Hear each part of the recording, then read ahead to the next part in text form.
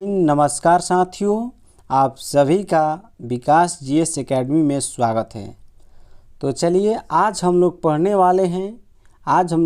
वाले हैं 15वीं से 16वीं सदी के धार्मिक आंदोलन और धार्मिक आंदोलन में सूफी आंदोलन पढ़ने वाले हैं। इससे पहले भक्ति आंदोलन हम पढ़ा चुके हैं, ठीक ना। आज हम लोग पढ़ने वाले हैं सूफी आंदोलन के बारे में।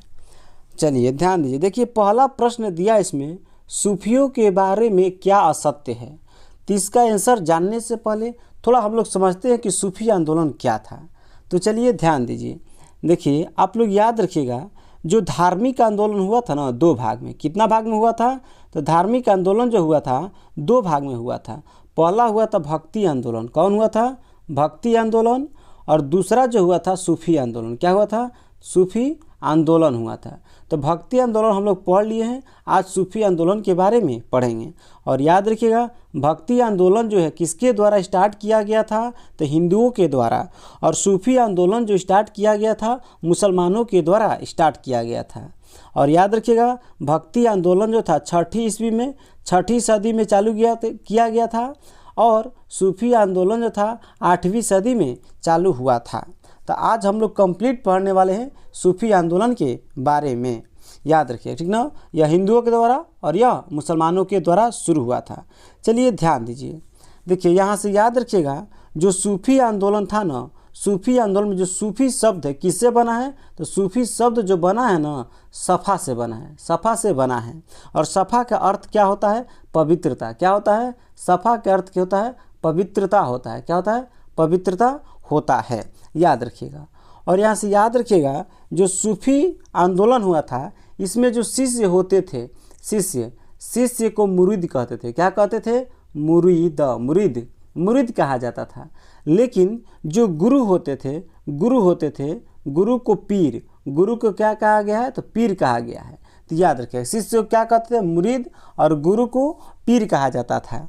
और यहाँ से याद रखिएगा, जो सूफी संत के निवास स्थान होता था, क्या, निवास स्थान जो होता था ना, उस निवास स्थान को खानकाह कहा जाता था, या इसी को मठ कहा जाता था। क्या कहा जाता था, मठ कहा जाता था, ठीक ना, याद रखिएगा।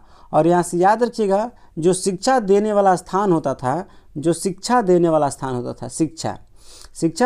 जो स्थान होता था उसे क्या कहा जाता था, तो याद रखिएगा,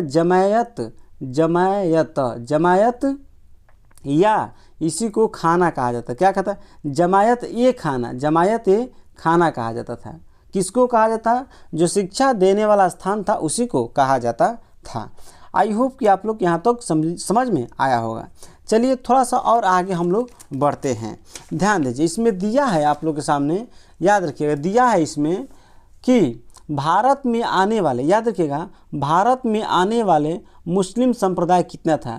तो याद रखिएगा, भारत में आने वाला टोटल मुस्लिम संप्रदाय जो था ना, 6 गो था। कितना था, 6 गो था। लेकिन डायरेक्ट ऐसे पूछेगा कि टोटल मुस्लिम संप्रदाय कितना हुआ, तो 12 गो। लेकिन इसमें से भारत कितना आया था, तो 6 गो आया था। और यह जानकारी कहाँ से मिलता है, तो याद रखिएगा, अबुल फजल एक पुस्तक है, अबुल फजल, क्या है, अबुल फजल है, अबुल फजल, जिसका रचनाकार कौन है, तो याद रखिएगा, उल्टा बोला गया। देखिए क्यों उल्टा बोला गया है, अकबरनामा से मिलता है। इसका जानकारी कहाँ से मिलता है, तो अकबरनामा से। और अकबरनामा का लेखक कौन है, तो अबुल फजल है। ऐसे बोलना चाहिए था मुझे, आप लोग याद रखिएगा, ठीक ना। और यहाँ से याद रखिएगा, आईने अकबरी कहेगा, आईने अकबरी, अकबरनामा को ही क्या कहा जाता है, अकबरनामा जो है ना, इसी को आईने अकबरी कहते हैं। आईनी ए अकबरी, अकबरी कहा जाता है। इस बात को याद रखिएगा। तो अकबरनामा कहेंगे चाहे आईने अकबरी कहेंगे, ये दोनों के लेखक कौन है, तो अबुल फजल है। इसी से जानकारी मिलता है, ठीक ना।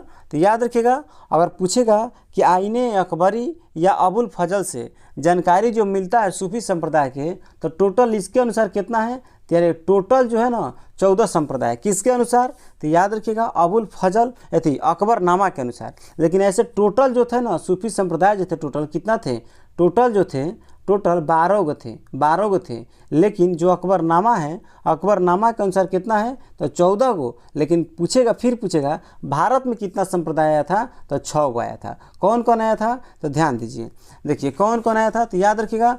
पहला था चिश्ती संप्रदाय, पहला कौन था चिश्ती संप्रदाय, चिश्ती संप्रदाय था। कौन था तो चिश्ती संप्रदाय था। दूसरा जो था सुहरावर्दी, सुहरावर्दी था, याद रखिएगा, ठीक ना। तीसरा जो था कादिरी था। और चौथा क्या था, चौथा याद रखिएगा फिरदौसी। कौन था फिरदौसी था, चौथा क्या था फिरदौसी था। और पांचवा जो था नक्शबंदी, क्या था नक्शबंदी था, क्या था नक्शबंदी, याद रखिएगा। और छठा याद रखिएगा सतारी, क्या था छठा जो था सतारी था। यही 6 संप्रदाय जो था ना भारत में आया था, इस बात को याद रखिएगा, ठीक ना। और याद रखिएगा यहाँ से अगर प्रश्न पूछेगा आप लोगों से कि भारत में आने वाला पहला सूफी संप्रदाय कौन था तो चिश्ती था। और विश्व में अगर कह देगा कि विश्व में आने वाला प्रथम संप्रदाय कौन था तो कादरी, कौन था कादरी था, ठीक ना। चलिए नेक्स्ट प्रश्न ध्यान दीजिए यहाँ से फिर प्रश्न पूछेगा कि जो चिश्ती संप्रदाय था, चिश्ती संप्रदाय का संस्थापक कौन था। याद रखिएगा, बहुत ही एमबीए प्रश्न है, याद रखिएगा ख्वाजा मोइनुद्दीन चिश्ती। कौन थे ख्वाजा मोइनुद्दीन चिश्ती थे, याद रखिएगा। फिर बोल रहे हैं चिश्ती संप्रदाय का स्थापना कौन किया था, ख्वाजा मोइनुद्दीन चिश्ती किए थे, याद रखिएगा। और प्रश्न फिर पूछता है कि जो ख्वाजा मोइनुद्दीन चिश्ती है इनका दरगाह कहाँ है तो याद रखिएगा अजमेर में। कहाँ है तो अजमेर में है। अजमेर कहाँ पड़ता है तो राजस्थान में। कहाँ पड़ता है तो राजस्थान में पड़ता है। इस बात को आप लोग कंप्लीट याद रखिएगा, ठीक ना। और यहाँ से याद रखिएगा, फिर अगर प्रश्न पूछेगा आप लोग से कि चिश्ती संप्रदाय से कौन कौन संबंधित था सूफी संत। देखिए सूफी संत तो टोटल भारत में सूफी संत ना, जो सूफी संप्रदाय था, मुस्लिम संप्रदाय था, टोटल कितना आया था 6 गो आया था, ठीक ना। लेकिन उसमें तो चिश्ती संप्रदाय था, चिश्ती संप्रदाय से कितने सूफी संत संबंधित थे इसका ट्रिक याद रखिए। इसका ट्रिक है चिश्ती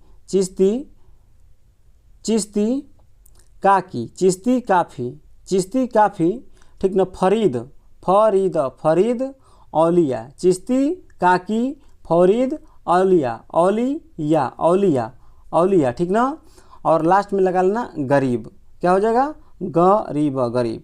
तो याद रखिएगा चिश्ती से हो जाएगा मोइनुद्दीन चिश्ती। और क्या है काफ़ी लिखा है तो काफ़ी से हो जाएगा कुतुबुद्दीन बख्तियार काकी हो जाएगा, ठीक ना। और फरीद से हो जाएगा बाबा फरीद।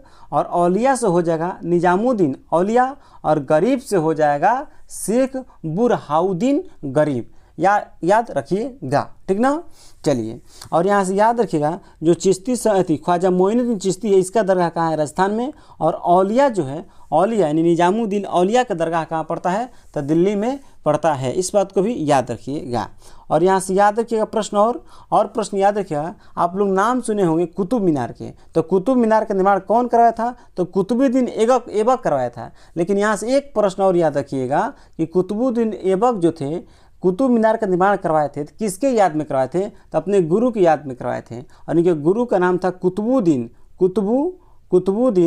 कुतुबुद्दीन बख्तियार काकी। क्या नाम था बख्तियार काकी, क्या नाम था काकी नाम था। तो इन्हीं के याद में कुतुबुद्दीन ऐबक ने कुतुब मीनार का निर्माण करवाया था, जो कि कहाँ है तो दिल्ली में है। इस बात को याद रखिएगा, ठीक ना। लेकिन याद रखिए कुतुबुद्दीन जो था कुतुब मीनार का निर्माण करवाया था, लेकिन इसको पूरा कौन करवाया था तो याद रखिएगा कौन करवाया था इल्तुतमिश करवाया था। कौन करवाया था इल्तुतमिश करवाया था, याद रखिएगा, ठीक ना। और इल्तुतमिश की एक बेटी थी जिसका नाम था रजिया सुल्तान। क्या नाम था रजिया सुल्तान नाम था, ये भी याद रखिएगा। डायरेक्ट प्रश्न पूछता है कि रजिया सुल्तान किसकी बेटी थी तो याद रखिए किसका इल्तुतमिश के।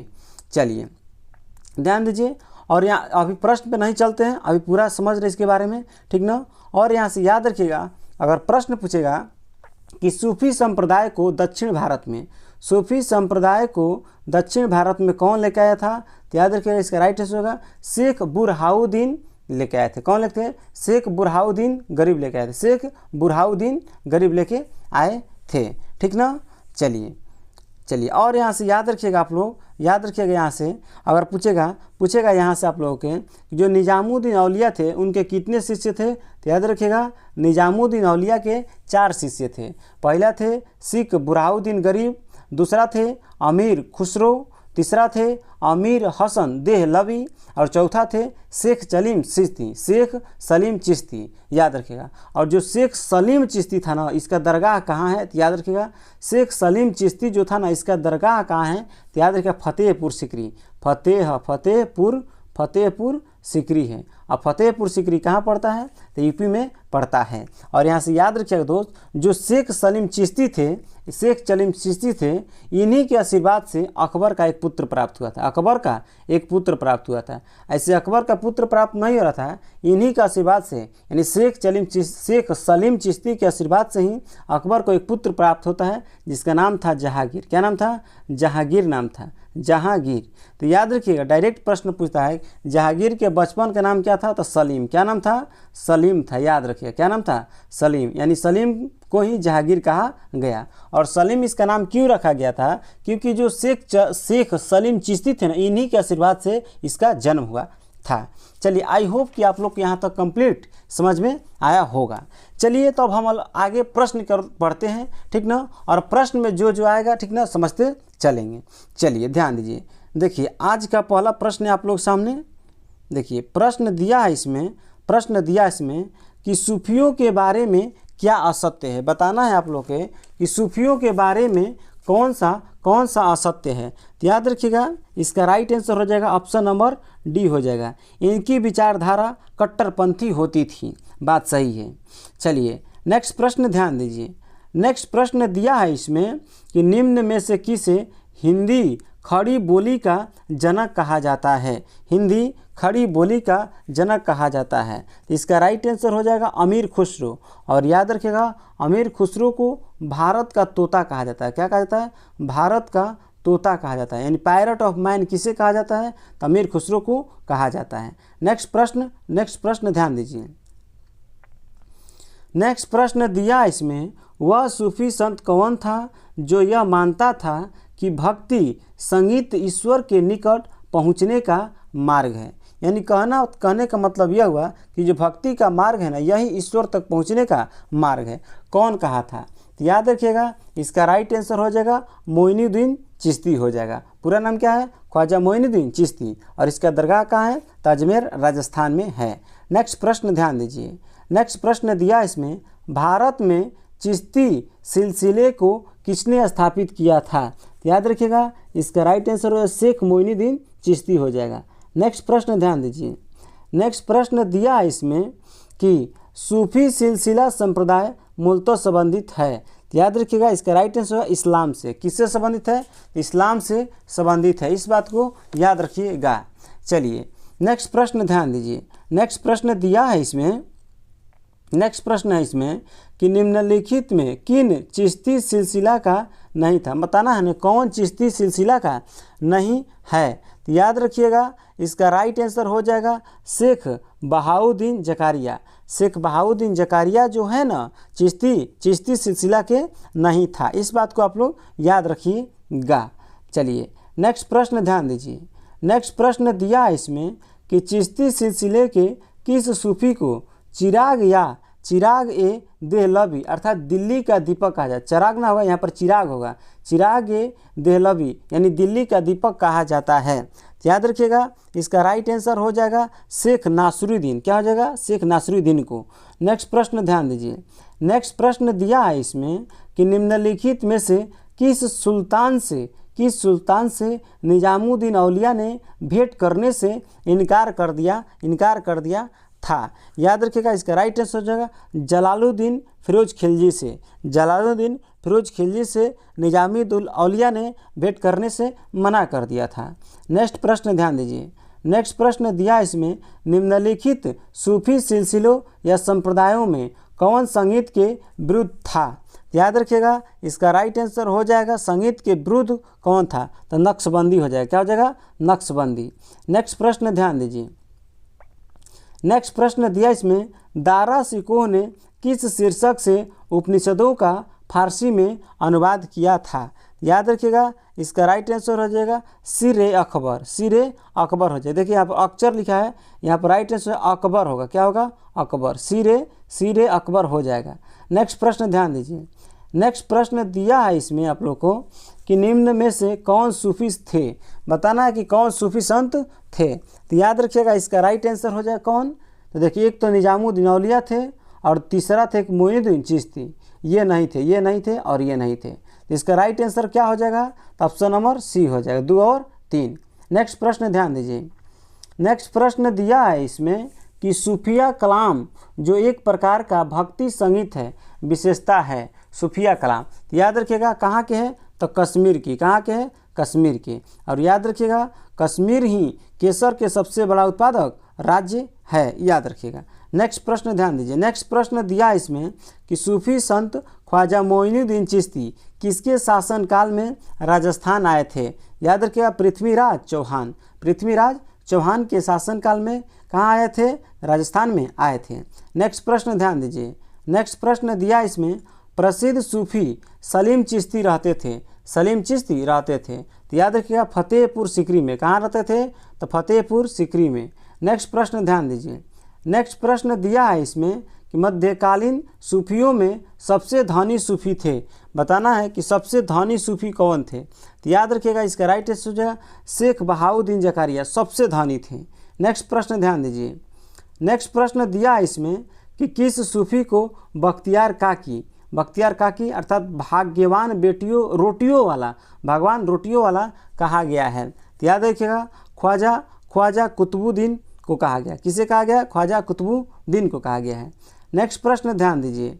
नेक्स्ट प्रश्न दिया है, काव्य भक्ति के रूप में उर्दू का प्रयोग करने वाला पहला लेखक कौन है? उर्दू का प्रयोग करने वाला पहला लेखक कौन है? याद रखिएगा, उर्दू कह रहा है ना, तो इसका राइट आंसर हो जाएगा अमीर खुसरो। कौन हो जाएगा? अमीर खुसरो हो जाएगा। इस बात को याद रखिएगा। चलिए नेक्स्ट प्रश्न ध्यान दीजिए। नेक्स्ट प्रश्न ध्यान दीजिए। नेक्स्ट प्रश्न दिया है इसमें आप लोग को, हाँ नेक्स्ट प्रश्न कहाँ है? हाँ नेक्स्ट प्रश्न दिया इसमें, किस सूफी को महबूब इलाही अर्थात अल्लाह के प्रिय कहा जाता है? अल्लाह का प्रिय निजामुद्दीन औलिया को। किसे? निजामुद्दीन औलिया के। और इसका दरगाह कहाँ है? तो दिल्ली में। कहाँ है? तो दिल्ली में है। चलिए नेक्स्ट प्रश्न ध्यान दीजिए।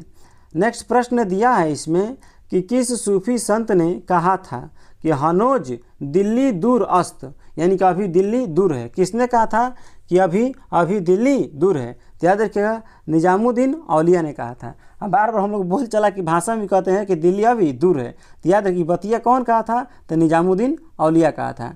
नेक्स्ट प्रश्न ध्यान दीजिए। नेक्स्ट प्रश्न दिया इसमें कि दक्षिणी भारत में चिश्ती सिलसिले की नींव रखने वाला कौन था?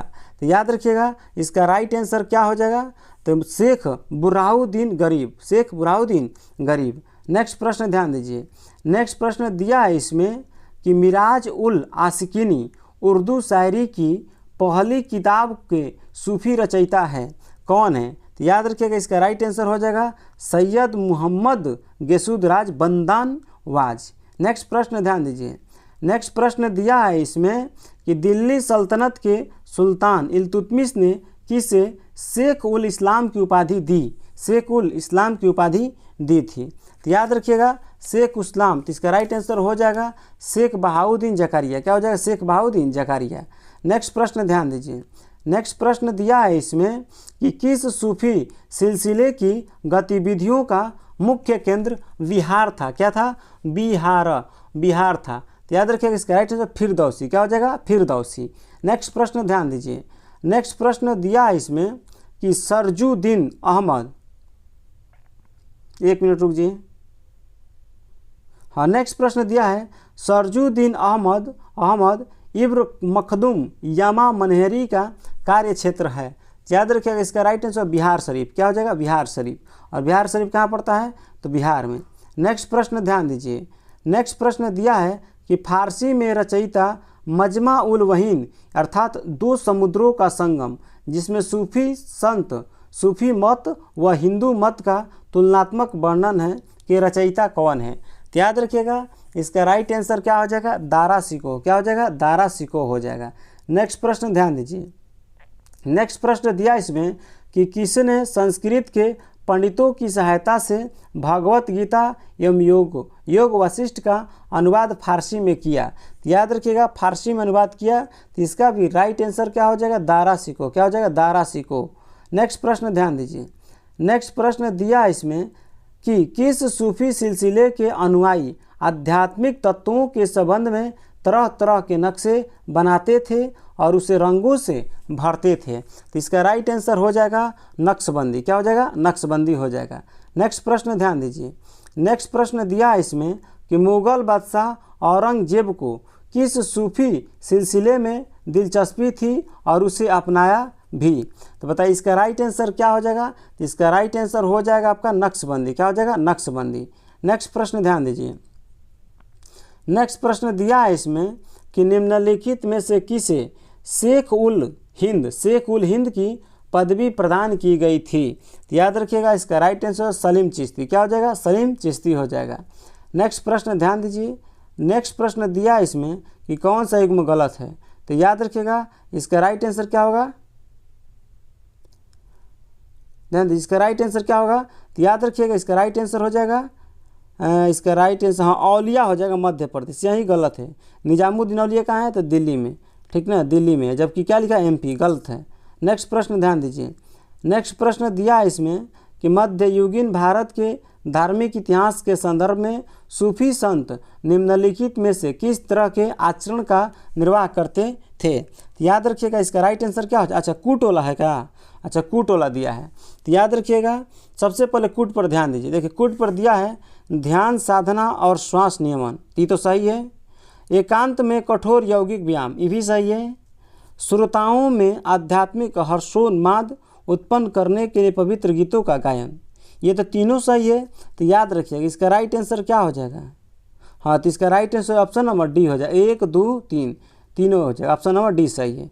चलिए नेक्स्ट प्रश्न। नेक्स्ट प्रश्न ध्यान दीजिए। देखिए नेक्स्ट प्रश्न दिया इसमें कि भारत में सूफी मत के बारे में निम्नलिखित कथनों पर विचार कीजिए। तो दिया है पहला कि सूफी संतों के मज़ारों पर जियारत के नाम से की जाने वाली जियारत यात्रा एक महत्वपूर्ण विशेषता, ये तो सही है, ठीक ना। भारत में सूफियों के सर्वाधिक प्रभावशाली समूह चिश्ती थे, बात सही है। तो इसका राइट आंसर क्या हो जाएगा, यानी 1 और 2 सही है। तो इसका राइट आंसर क्या होगा, ऑप्शन नंबर सी हो जाएगा, 1 और 2 बिल्कुल राइट आंसर है, ठीक ना। चलिए और याद रखिएगा यहाँ पर याद रखिएगा दोस्त, अगर प्रश्न पूछेगा आप लोगों से कि सुहरावर्दी के संस्थापक कौन है, तो याद रखिए सुहरावर्दी एक सूफी सिलसिला है। इसका संस्थापक कौन है भारत में, तो याद रखिए शेख बहाउद्दीन जकारिया। कौन है, शेख बहाउद्दीन जकारिया। हम शॉर्टकट में लिख दे रहे हैं जकारिया, याद रखिएगा, ठीक ना। चलिए और यहाँ से याद रखिएगा आप लोग, अगर पूछेगा फिरदौसी के संस्थापक कौन है, तो याद रखिए फिरदौसी के संस्थापक कौन है, तो याद रखिएगा इसका भी राइट आंसर क्या है, बदरुद्दीन समरकंदी हो जाएगा। क्या हो जाएगा, बदरुद्दीन समरकंदी। चलिए और यहाँ से याद रखिएगा कादरी पूछेगा, अगर पूछेगा कादरी के, ध्यान दीजिए, अगर पूछेगा कादरी के पूछेगा, कादरी के संस्थापक कौन है, तो याद रखिएगा मोहम्मद गौस गिलानी। कौन है, मोहम्मद गौस गिलानी है। चलिए और एक है लास्ट वाला है नक्शबंदी। कौन है, नक्शबंदी है, नक्शबंदी। अगर नक्शबंदी के पूछेगा संस्थापक कौन है, याद रखिए ख्वाजा बकी बिल्ला हो जाएगा। क्या हो जाएगा, ख्वाजा बकी बिल्ला हो जाएगा। इस बात को याद रखिएगा, ठीक ना। चलिए ठीक है, चलिए तो इतना ही रहने देते हैं। चलिए मिलते हैं फिर नेक्स्ट वीडियो में, तब तक के लिए जय।